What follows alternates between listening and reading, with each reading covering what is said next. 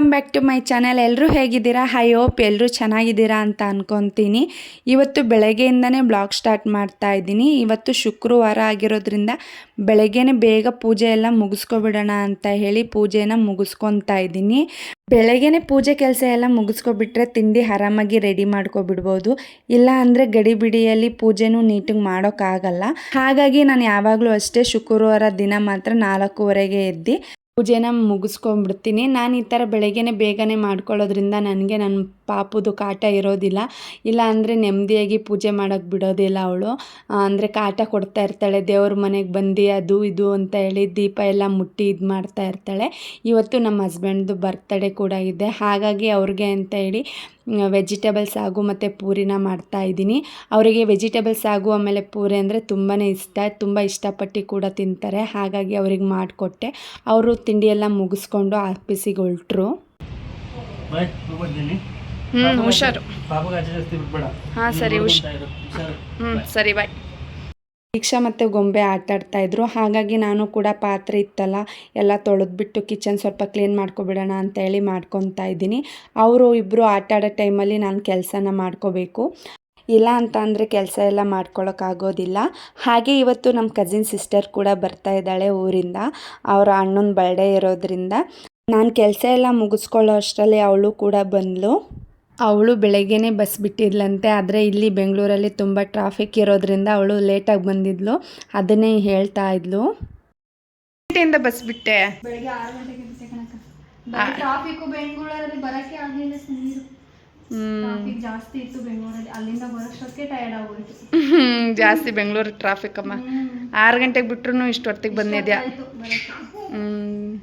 ಇವತ್ತು ನಮ್ಮ husband birthday ಇರೋದ್ರಿಂದ ನಾನು ದುಡ್ಡನ್ನ ಕೂಡಿಕ್ಕಿದ್ದೆ. ಅವರಿಗೆ ಗಿಫ್ಟ್ ಕೊಡೋಣ ಏನಾದರೂ ಅಂತ ಹೇಳಿ. ಎಷ್ಟಾಗಿದೆ ಅಂತ ಗೊತ್ತಿಲ್ಲ, ನೋಡೋಣ ಬನ್ನಿ.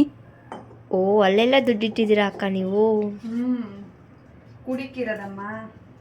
ಬೀರುನಲ್ಲಿ ಎಲ್ಲ ದುಡ್ಡಿಕ್ಕಿದ್ರೆ ಅವರಿಗೆ ಗೊತ್ತಾಗುತ್ತೆ ಅಂತೇಳಿ ಅವ್ರು ನೋಡ್ತಾರೆ ಅಂತೇಳಿ ಈ ಥರ ಡಬ್ಡಲ್ಲಿ ಹಾಕಿ ಎತ್ತಿಕ್ಕಿರ್ತೀನಿ. ಅವರು ಯಾವತ್ತೂ ಚೆಕ್ ಮಾಡಲ್ಲ ಅಂತ ಹೇಳಿ. ಬೀರುನಲ್ಲಿ ಆದರೆ ಅವರು ಒಂದೊಂದು ಸತಿ ಬಂದು ತೆಗಿ ನೋಡೋಣ ಎಷ್ಟಿದೆ ಅಂತೇಳಿ ಚೆಕ್ ಮಾಡ್ತಾರೆ. ಅವ್ರಿಗೆ ಗೊತ್ತಿರುತ್ತಲ್ವ ನಾನು ಸೇವಿಂಗ್ ಮಾಡಿರ್ತೀನಿ ಅಂತೇಳಿ. ಹಾಗಾಗಿ ಚೆಕ್ ಮಾಡ್ತಾರೆ ಅಂತೇಳಿ ಈ ಥರ ಮಾಡಿದ್ದೆ. ಉಂಡಿನಲ್ಲೂ ಸ್ವಲ್ಪ ಹಾಕ್ತಾ ಇದ್ದೆ, ಅದು ತುಂಬೋಗಿತ್ತು. ಹಾಗಾಗಿ ಆ ಕಡೆ ಈ ಕಡೆ ಎಲ್ಲ ಎತ್ತಿಕ್ಕೊಂಡಿದ್ದೆ. ಉಂಡಿ ಆದರೆ ಅವರು ನೋಡಲ್ಲ, ಅಷ್ಟೊಂದಾಗಿ ಇದು ಮಾಡಲ್ಲ ಅಂತೇಳಿ ಉಂಡಿನಲ್ಲಿ ಹಾಕಿ ಇಕ್ಕಿದ್ದೆ. ಮತ್ತು ಇನ್ನೊಂದು ಹೊಸ ಉಂಡಿ ತಂದಿರಲಿಲ್ಲ ಅಂತೇಳಿ ಹಾಗೆ ಬಿಟ್ಟಿದ್ದೆ. ಈ ಥರ ನಾವು ಸೇವಿಂಗ್ ಮಾಡೋದ್ರಿಂದ ನಮಗೆ ಎಮರ್ಜೆನ್ಸಿ ಏನಾದ್ರು ದುಡ್ಡು ಬೇಕು ಅಂತ ಅಂದರೆ ಈ ಥರ ನಾವು ಉಂಡಿನ ತಗೋಬೋದು ಆರಾಮಾಗಿ. ಇಲ್ಲ ಅಂತಂದರೆ ನಾವು ಸಾಲ ಏನಾದ್ರು ಮಾಡ್ಕೋಬೇಕಾಗುತ್ತೆ. ನಾವು ಹೆಣ್ಮಕ್ಳಾಗಿ ಅವರು ಕೊಟ್ಟಿರ್ತಾರೆ ಅಲ್ವಾ ಮನೆ ಖರ್ಚಿಗೆ ಅಂತ ಹೇಳಿ, ಹಾಲಿಗೆ ಅಂತೇಳಿ, ಅದರಲ್ಲಿ ದಿನಕ್ಕೆ ಒಂದು 20 ರೂಪಾಯಿ ಅಂತ ಹೇಳಿ ಮುಗಿಸಿದ್ರೂ ಆಗುತ್ತೆ. ಎಲ್ಲ ಸೇರಿ 30,000 ಇತ್ತು. ಅವರಿಗೆ ಗೊತ್ತಿಲ್ಲ ನಾನು ಈ ಥರ ಕೂಡಿಕ್ಕಿರೋದು. ಅವರಿಗೆ ಅಂತ ಹೇಳಿ ಏನಾರು ಗಿಫ್ಟ್ ತರೋಣ ಅಂತೇಳಿ ಸರ್ಪ್ರೈಸಾಗಿ ಹೋಗ್ತಾ ಇದ್ದೀನಿ ಈಗ. ನೀವು ಕೂಡ ಗೆಸ್ ಮಾಡಿ ಏನು ತಂದಿದ್ದೀನಿ ಅಂತ ಹೇಳಿ ಗಿಫ್ಟು 30,000ದಲ್ಲಿ. ಹಾಗೆ ಮನೆಗೆ ಬಂದಾಯಿತು ಗಿಫ್ಟ್ ಎಲ್ಲ ತಗೊಂಡು. ಬಿರಿಯಾನಿ ಮಾಡೋಣ ಅಂತ ಹೇಳಿ ಬಿರಿಯಾನಿಗೆ ಮಸಾಲೆನ ರೆಡಿ ಮಾಡ್ಕೊತಾ ಇದ್ದೀನಿ ಈಗ. ಗೊಂಬೆ ನೋಡಿ ಬೆಳ್ಳುಳ್ಳಿನ ತಿಂತಾ ಇದ್ದಾಳೆ. ಕೊಡ್ತೀನಿ ಸುಳ್ದಿ, ನಾನು ಉಗ್ರೇ ಇಲ್ಲ. ಕೊಡಿ ತಿನ್ನು. ಶೀತಕೊಳ್ಳೋದು ತಿನ್ನು. ಶೀತ ಏನಾಗಲ್ಲ ಸುದ್ದಿ. ಅಯ್ಯೋ ಕಡಿತಾವಳೆ. ಕಚ್ತೀನಿ. ಖಾರ ಇತ್ತು. ನನಗೆ ಬೇಡ, ನನಗೆ ತಿನ್ನು ತಿನ್ನು.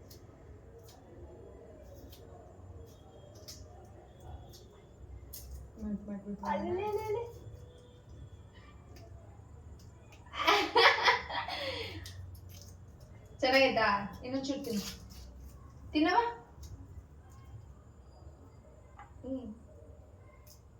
ಒಟ್ಮೇಲೆ ತಿನ್ಸು ಬೇಡ.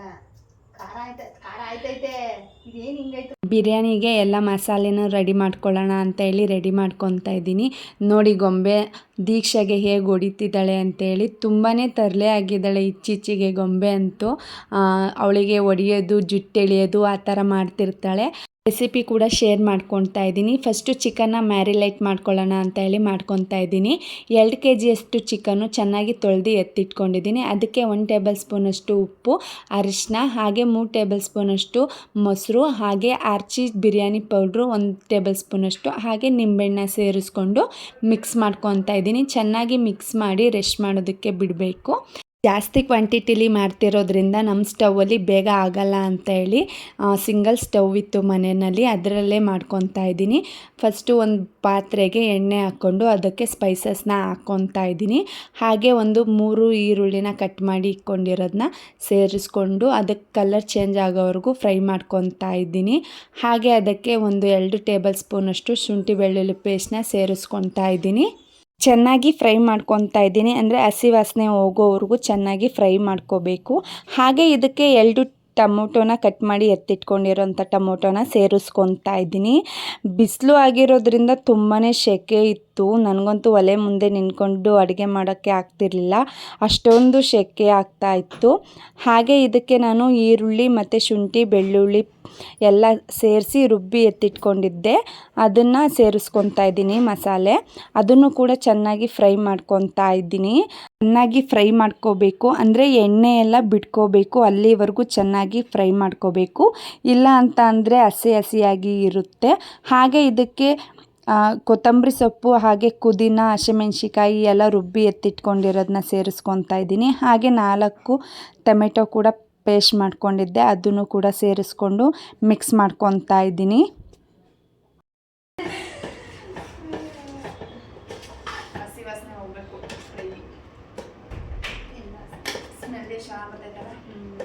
ಈಗ ಚಿಕನ್ನ ಸೇರಿಸ್ಕೊತಾ ಇದ್ದೀನಿ. ಮ್ಯಾರಿನೇಟ್ ಮಾಡಿ ಎತ್ತಿಟ್ಕೊಂಡಿದ್ನಲ್ಲ, ಆ ಚಿಕನ್ನ ಸೇರಿಸ್ಕೊತಾ ಇದ್ದೀನಿ. ಚಿಕನ್ನ ಸೇರಿಸ್ಕೊಂಡು ಚೆನ್ನಾಗಿ ಮಿಕ್ಸ್ ಮಾಡ್ಕೋಬೇಕು. ನಮ್ಮ ಗೊಂಬೆ ಕೂಡ ಎದ್ಬಿಟ್ಲು ಅಂತೇಳಿ ನಾನು ಹೋದೆ, ನನ್ನ ತಂಗಿ ಒಬ್ಬಳೇ ಮಿಕ್ಸ್ ಮಾಡ್ಕೊತಾ ಇದ್ಲು. ಈ ಥರ ಯಾರಾದರೂ ಇದ್ದರೆ ಕೆಲಸ ಎಲ್ಲ ಆರಾಮಾಗಿ ಮಾಡ್ಕೋಬೋದು. ಮಕ್ಕಳನ್ನ ಇಟ್ಕೊಂಡು ನಾವೇ ಮಾಡ್ಕೊತೀವಿ ಅಂತ ಅಂದರೆ ಆಗೋದಿಲ್ಲ. ಅವ್ರನ್ನ ಇಟ್ಕೊಂಡು ಇವೆಲ್ಲ ಮಾಡ್ಕೊಳ್ಬೇಕು ಅಂತ ಅಂದರೆ ತುಂಬಾ ಕಷ್ಟ ಆಗ್ತಾಯಿತ್ತು. ಹಾಗೆ ಇದು ಮಸಾಲೆನೇ ಜಾಸ್ತಿ ಆಗಿಬಿಡ್ತು ಅಂತೇಳಿ ಚಿಕ್ಕದಾಯಿತು ತಪ್ಪಲೆ ಅಂತೇಳಿ ಬೇರೆ ತಪ್ಪಲೆಗೆ ಟ್ರಾನ್ಸ್ಫರ್ ಮಾಡ್ತಾ ಇದ್ದೀನಿ. ಅಂದರೆ ಈಗ ಗೊತ್ತಿರಲಿಲ್ಲ ಇಷ್ಟೊಂದು ಆಗುತ್ತೆ ಅಂತ ಹೇಳಿ, ಹಾಗಾಗಿ ನಾನು ಇವಾಗ ಬೇರೆ ತಪ್ಪಲೆಗೆ ಸೇರಿಸ್ಕೊತಾ ಇದ್ದೀನಿ. ಸೇರಿಸ್ಕೊಂಡು ಚೆನ್ನಾಗಿ ಅದನ್ನು ಕೂಡ ಮಿಕ್ಸ್ ಮಾಡ್ಕೊತಾ ಇದ್ದೀನಿ.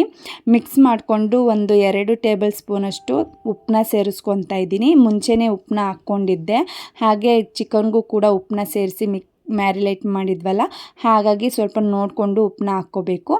ಇವಾಗ ನೀರನ್ನ ಸೇರಿಸ್ಕೊತಾ ಇದ್ದೀನಿ. ಹಾಗೆ ತೊಳೆದು ಎತ್ತಿಟ್ಕೊಂಡಿರೋಂಥ ಅಕ್ಕಿನೂ ಕೂಡ ಸೇರಿಸ್ಕೊತಾ ಇದ್ದೀನಿ. ನೀರು ಕುದಿ ಬಂದಮೇಲೆ ಅಕ್ಕಿನ ಸೇರಿಸ್ಕೋಬೇಕು. ಅಕ್ಕಿ ಹಾಕಿದ್ಮೇಲೆ ಅದ್ರ ಪಾಡಿಗೆ ಅದು ಬೇಯ್ತಾ ಇರುತ್ತೆ ಅಲ್ವಾ, ಹಾಗಾಗಿ ನಾನು ಡೆಕೋರೇಷನ್ ಕೂಡ ಮಾಡ್ಕೊಬಿಡೋಣ ಅಂತ ಹೇಳಿ ಮಾಡ್ಕೊತಾ ಇದ್ದೀನಿ. ಈ ಥರ ನಾವು ಏನಾರ ಕೆಲಸ ಮಾಡಬೇಕಾದ್ರೆ ಟೈಮು ಎಷ್ಟು ಬೇಗ ಹೋಗ್ಬಿಡುತ್ತೆ ಅಂತ ಹೇಳಿ ಗೊತ್ತಾಗೋದೇ ಇಲ್ಲ. ಈಗ ಟೈಮ್ ಬಂದು 4:15 ಆಗೇ ಹೋಗಿದೆ. ಇವತ್ತು ನಮ್ಮ ಏರಿಯಾದಲ್ಲಿ ಕರೆಂಟ್ ಕೂಡ ತೆಗ್ದಿದ್ರು, ಹಾಗಾಗಿ ನಂಗೆ ಬಿರಿಯಾನಿ ಎಲ್ಲ ಮಾಡ್ಕೊಳ್ಳೋಕ್ಕೆ ತುಂಬಾ ಲೇಟ್ ಆಯಿತು. ಇಲ್ಲ ಅಂತ ಅಂದಿದ್ರೆ ಬೇಗನೆ ಮುಗಿಸ್ಕೊತಾ ಇದ್ದೆ. ಈ ಥರ ಗಡಿ ಬಿಡಿಯಲ್ಲಿ ಡೆಕೋರೇಷನ್ ಕೂಡ ಚೆನ್ನಾಗಿ ನನಗೆ ಮಾಡೋಕ್ಕಾಗಲಿಲ್ಲ. ಹೇಗೆ ಬರುತ್ತೋ ಆ ಥರ ಮಾಡ್ತಾಯಿದ್ದೆ. ನಾನು ಯಾವತ್ತೂ ಡೆಕೋರೇಷನ್ ಎಲ್ಲ ಮಾಡಿಲ್ಲ. ನಮ್ಮ ಹಸ್ಬೆಂಡೇ ಎಲ್ಲ ಡೆಕೋರೇಟ್ ಎಲ್ಲ ಮಾಡ್ತಾಯಿದ್ರು. ಅವರಿರೋದ್ರಿಂದ ನಾನು ಏನಕ್ಕೂ ತಲೆ ಹಾಕ್ತಾ ಇರಲಿಲ್ಲ. ಇವತ್ತು ಗೊತ್ತಾಯಿತು ಅವರಿಲ್ಲ ಅಂತ ಅಂದರೆ ಒಬ್ಬಳಿಗೆ ಎಷ್ಟು ಕಷ್ಟ ಆಗುತ್ತೆ ಈ ಥರ ಎಲ್ಲ ಮಾಡ್ಕೊಳ್ಳೋಕ್ಕೆ ಅಂತ ಹೇಳಿ. ನಾನು ಎಷ್ಟು ಟೇಪ್ ಹಾಕಿ ಎಲ್ಲ ಮಾಡ್ತಾಯಿದ್ರು ಅದು ಬಿದ್ದು ಹೋಗ್ತಾಯಿತ್ತು. ಅದು ಒಂದು ಕಡೆ ಅದು ಬೇರೆ ಭಯ ಆಗ್ತಾಯಿತ್ತು, ಇದು ಎಷ್ಟು ಸರಿ ಹಾಕಿದ್ರೂ ಮತ್ತೆ ನಿಲ್ತಾನೆ ಇಲ್ವಲ್ಲ ಅಂತ ಹೇಳಿ. ಈ ಕಡೆ ನಮ್ಮ ಹಸ್ಬೆಂಡ್ ಬೇರೆ ಬಂದುಬಿಡ್ತಾರೆ ಅಂತ ಹೇಳಿ ಅದು ಕೂಡ ಸ್ವಲ್ಪ ಭಯ ಆಗ್ತಾಯಿತ್ತು. ಅವರು ಎಲ್ಲಿ ಬಂದು ನೋಡಿಬಿಡ್ತಾರೋ ಅಂತ ಹೇಳಿ. ನಾನು ಎಷ್ಟೇ ಸರಿ ಟ್ರೈ ಮಾಡಿದ್ರೂ ಕೂಡ ಅದು ಬಿದ್ದು ಹೋಗ್ತಾಯಿತ್ತು. ಹೇಗೋ ಮಾಡಿ ಹಾಕಿ ರೆಡಿ ಮಾಡಿದೆ. ಹೇಗೆ ಕಾಣಿಸ್ತಿದೆಯೋ ಏನೋ ಅಂತ ಹೇಳಿ ಸ್ವಲ್ಪ ಭಯ ಕೂಡ ಆಗ್ತಾಯಿತ್ತು. ಚೆನ್ನಾಗಿ ಮಾಡೋಕ್ಕಂತೂ ಆಗಲಿಲ್ಲ. ಹೇಗೋ ಒಂಚೂರು ಮಾಡೋಣ ಅಂತೇಳಿ ಮಾಡ್ತಾಯಿದ್ದೆ. ಹಾಗೆ ಪದೇ ಅದು ಬೀಳ್ತಾನೆ ಇತ್ತು. ಅದಕ್ಕೆ ನಾನು ಲಾಸ್ಟಿಗೆ ದಾರ ತಗೊಂಡು ಸ್ವಲ್ಪ ಕಟ್ಟಿದೆ. ಕಡೆ ಬಿರಿಯಾನಿ ಕೂಡ ರೆಡಿಯಾಗಿತ್ತು. ನನ್ನ ತಂಗಿ ನೋಡ್ಕೊತಾ ಇದ್ಲು ಬಿರಿಯಾನಿ. ಅಕ್ಕಿ ಸ್ವಲ್ಪ ಬೇಯಬೇಕು ಅನ್ನೋ ಟೈಮಲ್ಲಿ ದಮ್ ಕಟ್ಬಿಡಬೇಕು. ನಾನು ಹಾಗೆ ಪ್ಲೇಟ್ ಎಲ್ಲ ಮುಚ್ಚಿ ದಮ್ ಕಟ್ಕೊಂಡೆ. ಹಾಗೆ ಈ ಕಡೆ ಡೆಕೋರೇಷನ್ನು ಕೂಡ ಆಯಿತು. ಹೇಗಿದೆ ಅಂತ ನೋಡಿ. ಹೇಗೋ ನನಗೆ ಬರೋ ಥರ ಮಾಡಿದ್ದೀನಿ. ನನಗಂತೂ ಇಷ್ಟ ಆಯಿತು, ಏನೋ ಚೆನ್ನಾಗಿ ಕಾಣಿಸ್ತಿದೆ ಅಂತ. ಹಾಗೆ ಫ್ಲವರ್ ಕೂಡ ನನ್ನ ತಮ್ಮಂಗೆ ಹೇಳಿದ್ದೆ, ಅಂದರೆ ರೋಡ್ ಸೈಡು ಇರುತ್ತಲ್ಲ ಆ ಥರ ಫ್ಲವರ್ನ ಅದನ್ನು ತಗೊಂಬಂದಿದ್ದ. ರೋಸ್ ಎಲ್ಲ ತರಿಸೋದಾದರೆ ದುಡ್ಡು ಜಾಸ್ತಿ ಆಗುತ್ತೆ, ಹಾಗಾಗಿ ನಾನು ಈ ಥರ ರೋಡ್ ಸೈಡ್ ಇರೋದರ ಫ್ಲವರ್ನ ಹಾಕಿದ್ದೆ. ಡೆಕೋರೇಷನ್ ಹೇಗೆ ಕಾಣಿಸ್ತಿದೆ ಅಂತ ಹೇಳಿ ಕಮೆಂಟ್ ಮಾಡಿ. ಹಾಗೆ ಈ ಕಡೆ ನಮ್ಮ ಹಸ್ಬೆಂಡ್ ಕೂಡ ಬಂದರು. ಅವರು ಅಲ್ಲೇ ನೋಡಿ ರಿಯಾಕ್ಷನ್ನು ಏನೋ ಮಾಡಿದ್ದಾಳೆ ಅಂತ ಹೇಳಿ ಇದು ಮಾಡ್ತಾಯಿದ್ರು. ಅವ್ರಿಗಂತೂ ಫುಲ್ಲು ಖುಷಿಯಾಗಿಬಿಟ್ಟಿದೆ. ಒಂದು ಸೆಕೆಂಡ್ ಶಾಕಲ್ಲೇ ಇದ್ದರು ಅವರು, ಏನೂ ಅಷ್ಟೊಂದು ಮಾತೇ ಆಡ್ತಿರ್ಲಿಲ್ಲ. ಅವ್ರಿಗಿಂತ ಖುಷಿ ನನಗೆ ಆಗ್ತಾಯಿತ್ತು. ಅವರು ಏನಂತಾರೋ ಗಿಫ್ಟ್ ನೋಡಿ ಅಂತ ಎಲ್ಲ ಹೇಳಿ ನಾನೇ ಜಾಸ್ತಿ ಎಕ್ಸೈಟ್ ಆಗ್ತಾಯಿದ್ದೆ. ಅವರಂತೂ ಅಷ್ಟೊಂದಾಗಿ ಎಕ್ಸೈಟೇ ಆಗಲಿಲ್ಲ.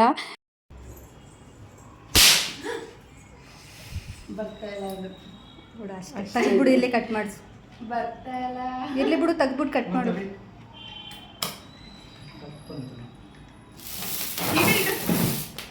ಅಷ್ಟೇ ಹೋಗ್ಲಿ ಬಿಡು. Happy birthday to you, happy birthday to you, happy birthday to you ಅಣ್ಣ, ಹ್ಯಾಪಿ ಬರ್ಡೇ.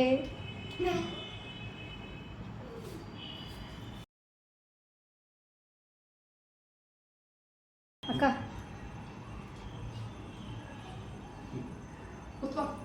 ಕುತ್ಕೊಳ್ಳಿ ಒಂದು ನಿಮಿಷ ಅಲ್ಲೇ. ಓಪನ್ ಮಾಡಿ, ಓಪನ್ ಮಾಡಿ. ಗೆಸ್ ಮಾಡಿ ನೋಡೋಣ. ಓಪನ್ ಮಾಡ್ಬಿಡ, ಗೆಸ್ ಮಾಡಿ ನೋಡೋಣ. ಗೆಸ್ ಮಾಡಿ, ಗೆಸ್ ಮಾಡು ಅಣ್ಣ. ದೊಡ್ಡ ಬಾಕ್ಸ್, ದೊಡ್ಡ ಗಿಫ್ಟ್. ದೊಡ್ಡ ಬಾಕ್ಸಲ್ಲಿ ಚಿಕ್ಕದು ಇರ್ಬೋದು, ದೊಡ್ಡದು ಇರ್ಬೋದು. ತಗೊಂಡು ನೀನು ಫಸ್ಟ್ ಓಪನ್ ಮಾಡಿ. ಓಪನ್ ಮಾಡಿ. ಮಾಡೋಕ್ಕಾಗ್ತಿಲ್ಲ ಅಂದರೆ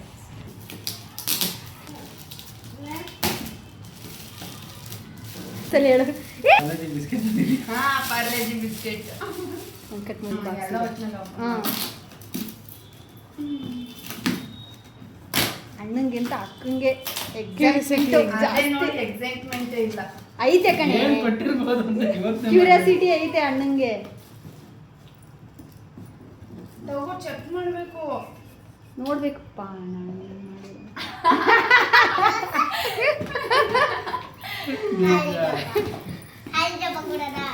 ಅದು ಓಪನ್ ಮಾಡಿ, ಅದು ಸೈಡಿಗೆ ಹಾಕಿ.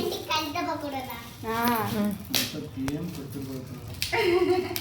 ನೋಡೋಕ್ಕಾಗಲ್ಲ ಗಿಫ್ಟು.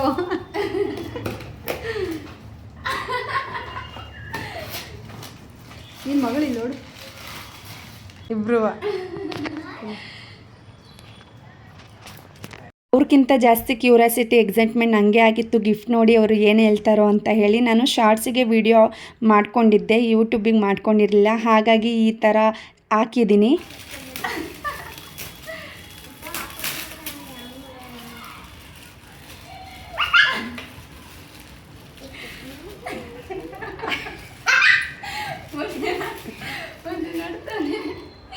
ಗೊತ್ತಿದೆ ನಿಂಗೆ ಫೋನ್ ಕೊಡ್ತೀನಿ ಅಂತ ಹೇಳಿ.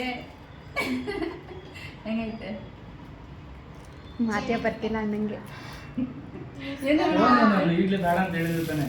ಬೇಡವಾ ಫೋನು, ಹಂಗಾರೆ ಕೊಡು, ತಗೊಂಡು ಹೋಗ್ತೀನಿ ವಾಪಸ್, ಅಂಗಡಿಯವ್ರಿಗೆ ಕೊಡ್ತೀನಿ. ಕೊಡು. ಅವ್ರ ಹತ್ರ ಇದ್ದಿದ್ದು ಫೋನು ತುಂಬಾ ಹಳೇದಾಗಿತ್ತು, ಡಿಸ್ಪ್ಲೇ ಎಲ್ಲ ಹೋಗಿಬಿಟ್ಟಿತ್ತು. ಅವರು ಅನ್ಕೊತಿದ್ರು ತುಂಬ ದಿನದಿಂದ ಫೋನ್ ತೊಗೋಬೇಕು ಅಂತ ಹೇಳಿ. ಆದರೆ ಅವ್ರಿಗೆ ಬರೋ ಸ್ಯಾಲ್ರಿಲಿ ಮನೆ ಮೇಂಟೈನ್ ಮಾಡೋಕ್ಕೆ ಆಗೋಗ್ತಿತ್ತು. ಅವರು ಇಷ್ಟಪಟ್ಟಿದ್ದನ್ನ ತೊಗೊಳಕ್ಕೆ ಆಗಿರಲಿಲ್ಲ. ಹಾಗಾಗಿ ನಾನು ಈ ಥರ ಅವರಿಗೆ ಕೊಡ್ಸೋಣ ಅಂತ ಹೇಳಿ ಅಮೌಂಟ್ನ ಕೂಡಿಕ್ಕಿದ್ದೆ ಅವ್ರಿಗೆ ಗೊತ್ತಿಲ್ದಂಗೆ. ಅವರಂತೂ ನೋಡಿ ತುಂಬಾ ಖುಷಿಯಾಗ್ಬಿಟ್ರು, ಮಾತೇ ಆಡಿಲ್ಲ. ಏನು ಮಾತಾಡಬೇಕು ಅಂತಲೇ ಅವ್ರಿಗೆ ಗೊತ್ತಾಗಿಲ್ಲ. ಅಂದ್ಕೊಂಡೇ ಇರಲಿಲ್ವಂತೆ ಈ ಥರ ನಾನು ಕೂಡಿಕ್ಕಿರ್ತೀನಿ ಅಂತ ಹೇಳಿ. ಇವತ್ತಿನ ಬ್ಲಾಗ್ ಇಷ್ಟೇ. ಯಾರಿಗೆಲ್ಲ ಇಷ್ಟ ಆಯಿತು ಪ್ಲೀಸ್ ಸಬ್ಸ್ಕ್ರೈಬ್ ಮಾಡ್ಕೊಳ್ಳಿ, ಲೈಕ್ ಮಾಡಿ. Thank you.